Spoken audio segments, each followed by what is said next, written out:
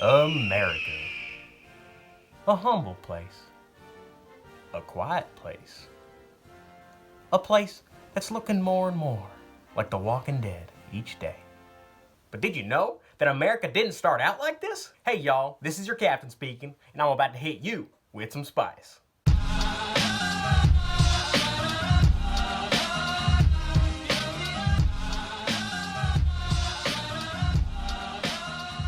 I don't know if you know this about me, but before I got my PhD in the dark arts, I actually got an undergraduate history degree from the University of American Samoa. So, I thought that in order to get our mind off the times, let's reflect on history. I'm going to be delving deep into the lore behind the founding of America.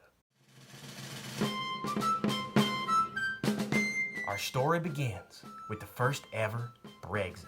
You see, before America, there was Great Britain. They don't got gators up there. And in the Great Britain, there were some people called the Pilgrims. Now, the Pilgrims went up to King James and they said, "Hey, we want the religious freedom to restrict other people's religious freedom." And then the king was like, "What did you just say to me? Get the hell out of my sight. Consider yourself Brexited."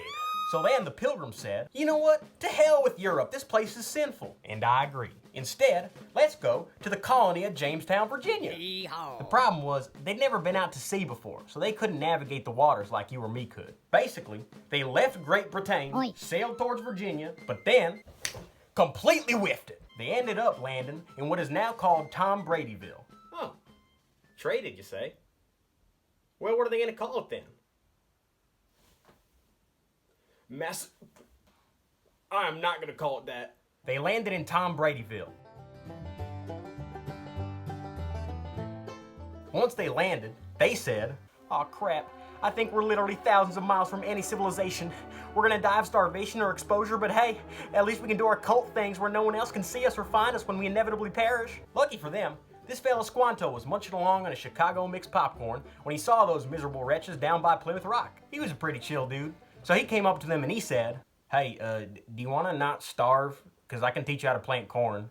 And wouldn't you know it, that corn stuff went viral. And you bastards had to go and make skinny pop with it. They started posting TikTok dances about it, WhatsApping their friends back home about it, until about 100 years later, there was 13 colonies in the New World. Now, among the citizens of this new world was this fella, Lin-Manuel Miranda. Fun fact, they named the Miranda rights after him. Let me tell you, this man had quite an imagination on him. He ended up writing a whole song and dance about how the colonies should end up doing a Brexit of their own. It was so unbelievably popular that a young man named George Washington came along, saw it, and then thought to himself,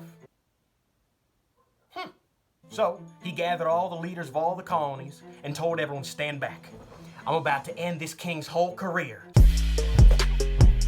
Declaration of Independence. Now, understandably, the king was kind of upset about all this, so he did what any monarch would do. He wrote a song.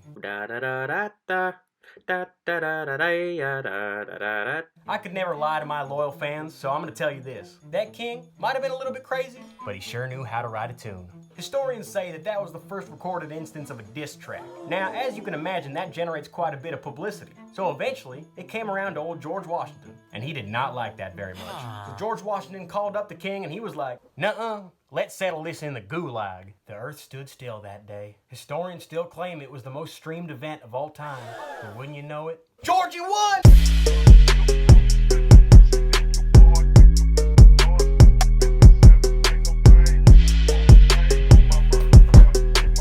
Oh, no. No, sirree, that was not all. After he quick-scoped the king, he said, "You know what? Crushed a Red Bull, took some Adderall, and boom, wrote the whole Constitution in one sitting." And that's how he ascended to the status of God King. And the people loved it. They went nuts. And that, my friends, is the true story of how America was founded. If you say otherwise, 1v1 me in the gulag. Just a quick note, some of the fellas I got with me on my ship want to be in these videos. Stay tuned to meet my crew. This is your captain, signing off. Stay rowdy, y'all. With the hat to match. Remember rapping Duke? The hard. You never thought that hip-hop would take it this far. Now I'm in the limelight cause I rhyme tight. Time to get paid, blow up like the world trade. You know it. The opposite of a George won! Peace to Ron G, Brucey B, Kid Capri. Funk Master Flex, I did not mean to hit it that hard. Maybe I'll make this like an outtake or something, but I did not mean to hit the piano that hard. I think I'm just excited about American history.